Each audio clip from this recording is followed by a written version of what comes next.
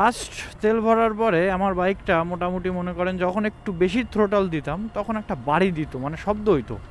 তো শব্দটা কিসের আমি ফাইন্ড আউট করতে পারি নাই। আমি ভাবছিলাম হয়তো বা চেন স্প্রোকেটের ভিতর থেকে বা কিছু, মানে যখনই একটু বেশি থ্রোটল ধরা হয়ে যাইতো, ধরেন আমি গাড়ি 4 গিয়ারেই চালাচ্ছি, আমার গাড়ির স্পিড আছে 50-55 স্পিড আছে, আমি সেই সময় আরেকটু যখন থ্রোটল মানে পুশ দেই, একটু পুশ যদি মনে করেন যে আস্তে আস্তে পুশ দেই তাহলে সমস্যা হয় না। যদি আমি একবারে থ্রোটল ধরি, তা ফার্স্ট গিয়ারে হোক আর ফিফথ গিয়ারে হোক, একবারে যখন অনেকটা থ্রোটল ধরি তখন মানে বাড়ি দিয়ে ওঠে চেন টেনের ভিতর থেকে। তা আমি ভাবছিলাম সম্ভবত একটা চেনের পকেটের কারণে চেনের কোনো কিছু ক্ষয়টা হয়ে গেছে বা আসা বিষয়, তো সার্ভিস সেন্টারে গেলে জানতে পারবো।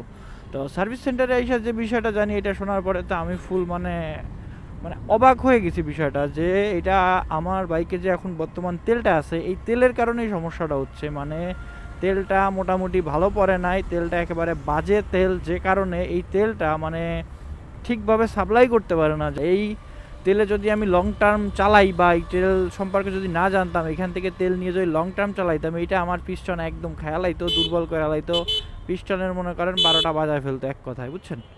তো আপনারা যে যেখান থেকে তেল নেন এই ধরনের প্রবলেম যদি কেউ লক্ষ্য করেন যে ইঞ্জিনের ভিতর থেকে বাড়ির শব্দ আসতেছে বা বাইরে থেকে কোনো মানে এক্সট্রা কোনো শব্দ টের পাইতেছেন, আপনি থ্রোটল পুশ করতেছেন যতটুকু তত বড় রেসপন্স পাচ্ছেন না, তত জোরে রেসপন্স পাচ্ছেন না, তাইলে এটার সমাধান আপনার তেলের কারণে হচ্ছে। আর এখন তেলের যে অবস্থা, তেল তো কোথাও পাওয়াই যায় না, ঠিক আছে, যেখান থেকে পাচ্ছি সেখান থেকেই সংগ্রহ করতেছি, আর এই কারণে এই সমস্যাটা বেশি হচ্ছে।